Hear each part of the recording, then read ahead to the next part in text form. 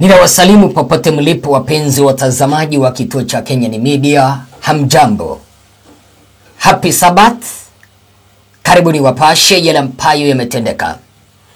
Wakenya watatu wameweza kuelekea mahakamani kwenye mahakama ya upeo. Happy Sabbath popote mlipo wapenzi watazamaji. Ni matumaini yangu kwamba mpo salama. Karibu niweze kuwapasha yale ambayo yametendeka. Walalamikaji watatu wamesonga mahakamani wakitaka mahakama ya upeo, nikimaanisha Supreme Court, kutangaza kwamba uchaguzi wa mwaka 2027 ufanyike mwaka 2026. Kulingana na hawa walalamikaji, wanasema kwamba endapo uchaguzi huu utacheleweshwa mpaka mwaka 2027, itakuwa ni kukiuka katiba ya mwaka 2010. Karibu mpenzi mtazamaji, ni kueleze kwa undani. Mimi ni Mr. Igole Ezra, kijana ambaye anajitahidi sana ili kuweza kuwapasha yale yote ambayo yanaendelea. Katika tafsiri ya kipekee ya katiba ya mwaka 2010, mtaalamu wa sheria ya uchaguzi anapendekeza kuwa uchaguzi mkuu ujao unapaswa kufanyika mwaka 2026 na wala sio mwaka 2027. Wakili mashuhuri katika taifa letu la Kenya mwenye anaitwa Willis Otieno anasema kwamba uchaguzi mkuu wa urais ujao unapaswa kufanyika Agosti mwaka 2026 badala ya mwaka 2027 kama inavyopangwa. Akirejelea vifungo vya katiba katika maamuzi ya awali ya mahakama, Bwana Otieno anadai kuwa taifa limekuwa likitafsiri vibaya vipindi vya miula ya rais tangia katiba ya mwaka 2010 ianze kutumika. So Willis Otieno aliweza kusema kwamba naleta pendekezo ili nikitambua jukumu la kutetea katiba, na waomba wa Kenya watekeleze masharti ya katiba kwa uaminifu. Tunahitaji kuamka kutoka kwa kile ninachokiita uvivu wa taifa na kuachana na mawazo yaliyobaki kutoka kwa katiba ya zamani. Bwana Willis Otieno akirejelea katiba ya mwaka 2010 anasema kwamba uchaguzi unapaswa kuweza kufanywa katika mwaka wa 5 na wala sio baada ya mwaka wa 5 kuisha.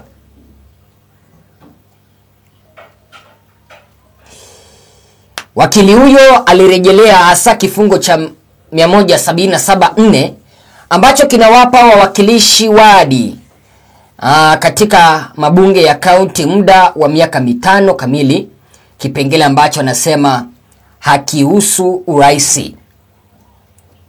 So kutokana na haya ambayo wakili Willis Otieno ameweza kuyasema kwamba uchaguzi unapaswa kufanywa mwaka wa 5 baada ya uchaguzi na wala sio baada ya mwaka wa 5. Kitendo hichi kimeweza kuwafanya Wakenya watatu kukimbia kwenye mahakama ya Supreme Court, mahala ambapo wamefikisha kesi wakiomba Supreme Court kutangaza mara moja uchaguzi ufanyike 2027. Sababu ninaambiwa kwamba mswada huu umeweza kuwasilishwa kwake Martha Koome na wanahitaji uamuzi uweze kutolewa haraka sana. Mswada huu ambao umewasilishwa na Wakenya watatu uliwasilishwa mnamo siku ya Ijumaa tarehe 25 Aprili mwaka 2025, wakiomba maamuzi ya benchi lake Judge Martha Koome wa Supreme Court kutangaza kwamba uchaguzi uandaliwe juma la pili, Agasti mwaka 2026 kuniradhi.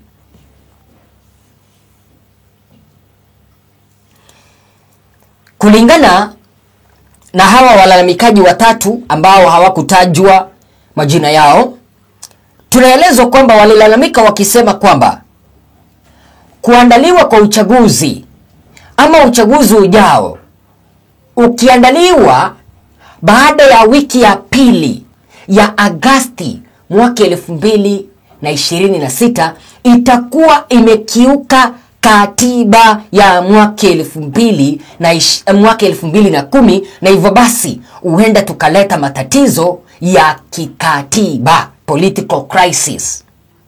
Because according to these petitioners, they are arguing that the 2010 constitution said that the general election is supposed to be held within the 50th year, in the 50th year, second Tuesday of August.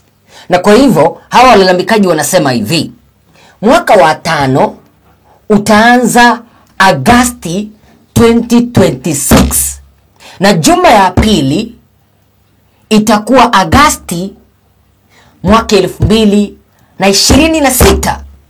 Kwa hivyo basi uchaguzi huo unapaswa kuweza kuandaliwa the second Tuesday of August 2026. Mfano, walalamikaji hawa waliweza kuleta mswada huu wakiwa wameweza kurejelea vipengele muhimu vya katiba ya mwaka 2010. Kwa kile ambacho wanasema kwamba lazima sheria iweze kufuatwa, pamoja na sheria ya uchaguzi iweze kufuatwa, pamoja na haki ya wapiga kura na wale ambao watakuja kupigiwa kura iweze kufuatwa. Kulingana na katiba ya mwaka 2010 inaeleza kwamba uchaguzi wa urais unapaswa kuweza kufanyika siku moja ambayo uchaguzi wa ubunge, uchaguzi wa counties utakuwa unafanyika. Juma la pili la Agasti kwa mwaka wa 5. Mfano, nikiweza kukupea mfano, uchaguzi ambao uliweza kukamilika wa mwaka uliweza kuandaliwa mwaka 2022 Agasti tarehe 9, mahala ambapo William Ruto aliweza kuibuka mshindi, ama aliweza kutangazwa na Wafula Chebukati kuwa mshindi. Sasa ukiangalia uchaguzi wa mwaka 2022, uchaguzi utakaofuata unahitajika kufanyika mwaka wa 5, na wala sio baada ya miaka 5, mwaka wa 5, juma la pili tarehe 9, ama juma la pili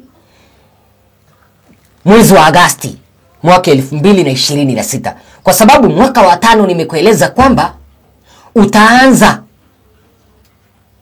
Agasti 2026, na hakuna mahala ambapo katiba imeweza kusema kwamba uchaguzi uandaliwe baada ya miaka 5. As per the petitioners, applying the formula outlined in Article 259/5C of the Constitution for circulating time between events, the 5th year from the election held on August 9, 2022 commences on August 9, 2026 and concludes at the midnight of August 9, 2027.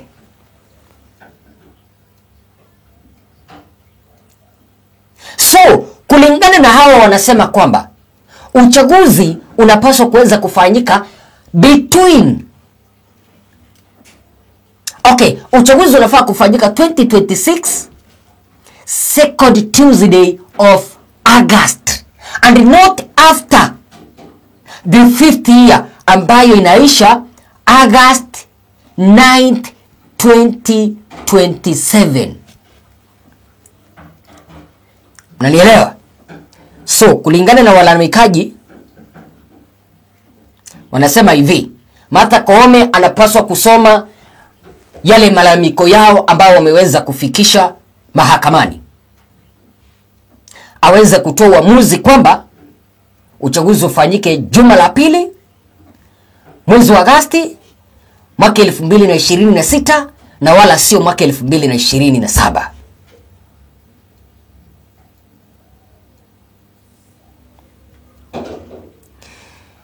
Nikiweza kunukuu jinsi ambavyo walalamikaji hao walisema, key to this will be a declaration that the presidential election be held in the 5th year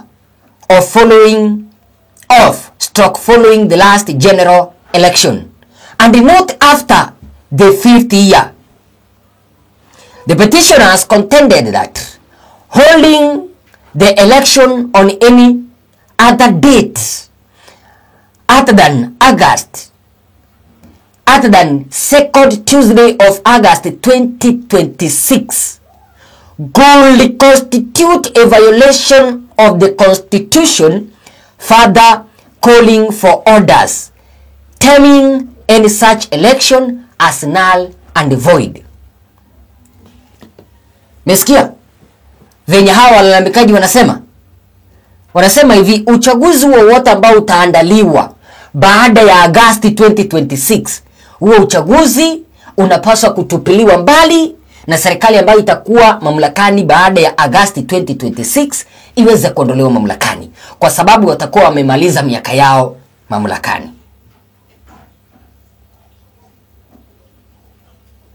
Mnanielewa wapenzi watazamaji? Na nimekueleza kwamba mswada huu uliweza kuletwa na Willis Otieno, mwanasheria mkuu, senior counsel, ambaye ameweza kusema kwamba Wakenya tumekuwa tukifanya uchaguzi baada ya miaka 5. Sio hivyo, uchaguzi unafaa kufanyika kabla ya miaka 5 kuisha. Juma ya pili mwezi wa Agosti mwaka 2026. Hata hivyo, ladies and gentlemen, kipindi ambapo kesi imeweza kuwasilishwa kwenye mahakama ya upeo Supreme Court, kuna mambo ambayo yatakuja kufanya uchaguzi huo usije ukafanyika 2026 Agosti second Tuesday, endapo mahakama itaamuru hivyo. Jambo la kwanza ambalo litatatiza uchaguzi huo usifanyike 2026, angalia, bado makamishna wa IEBC hawajaweza kuwekwa mamlakani na mwenyekiti. Of course tunaelewa kwamba interviews zinaendelea, lakini kumbuka kwamba kipindi ambapo interviews zinaendelea, kesi zimeweza kurundukishwa mahakamani zikitaka ile interview, ule usaili uweza kusimamishwa, kwa kila ambacho walalamikaji wanasema kwamba kuna majina 6 ambayo yalikuwa sneaked, yalipitishiwa mlango wa nyuma, yakawasilishwa kwenye orodha ya wale ambao watapigwa msasa kuwa wenyekiti na wanachama wa IEBC. Vile sote tunajua kwamba hata kana kwamba IEBC itaweza kuwekwa mamlakani sasa hivi, bado hawajaweza kureview boundaries, hawajaweza kureview voter register of voters, hawajaweza kufanya kitu ambacho kinaitwa voter registration. Hayo ndio yatasababisha uchaguzi usije ukafanyika mwaka 2026 jinsi ambavyo Wakenya wanataka. William Ruto naye amekuwa akishikilia msimamo kwamba 2027 atakuwa kwenye debe akiwania kiti cha urais kwa duru ya pili. Ladies and gentlemen, jinsi ambavyo nimeweza kukueleza, kesi imewasilishwa mahakamani. Je, Wakenya hawa, walalamikaji hawa watatu wanataka uchaguzi uweze kufanyika within the second Tuesday of August 2026. Unaona kweli Martha Koome atakuja kutoa uamuzi ambao una favor, ambao unawapea ushindi hawa Wakenya watatu ambao wamepeleka kesi mahakamani. Samanasi na rejea na mengi tena zaidi. Ingekuwa ni bora zaidi uweze kunipea wazo lako na upige subscription, kwa sababu subscription yako moja, mpenzi mtazamaji, itakuwa imechangia kwenye ukuaji wa hichi kituo namba 1 cha Kenyan Media. Tupatane kwa kada ijayo. Mwenyezi Mungu akubariki. Asanteni sana.